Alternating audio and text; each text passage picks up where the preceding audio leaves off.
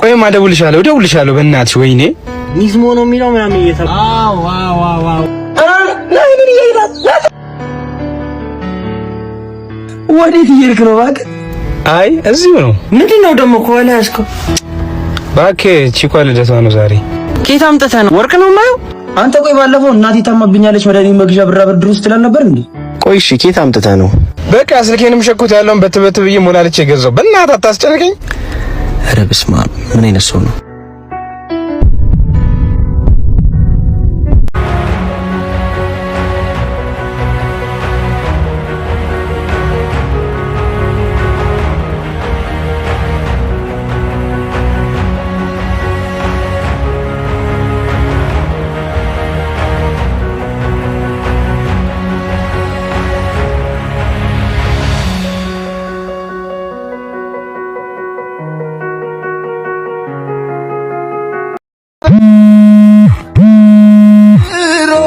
ሄሎ እማ ሰማን ተከንቱ የነታችን የመጨረሻ ምኞት አንተ ማናገር ነበር።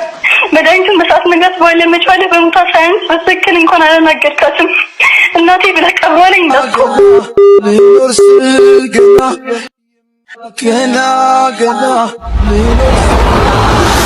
አየህ እኔን የገጠመኝ ይህ የኔ ህይወት ነው። ህይወት የጠገበች ሴትና የተራበች እናትን አንድ ላይ ይዛለች። እውነት ለሴት ልጅ ክብር ካለ ቅድሚያ ለሚሰጠው ቅድሚያ ስጥ። ሴት ብትሄድ በሴት ትተካለች፣ እናት ብትሄድ መተኪያ የላትም።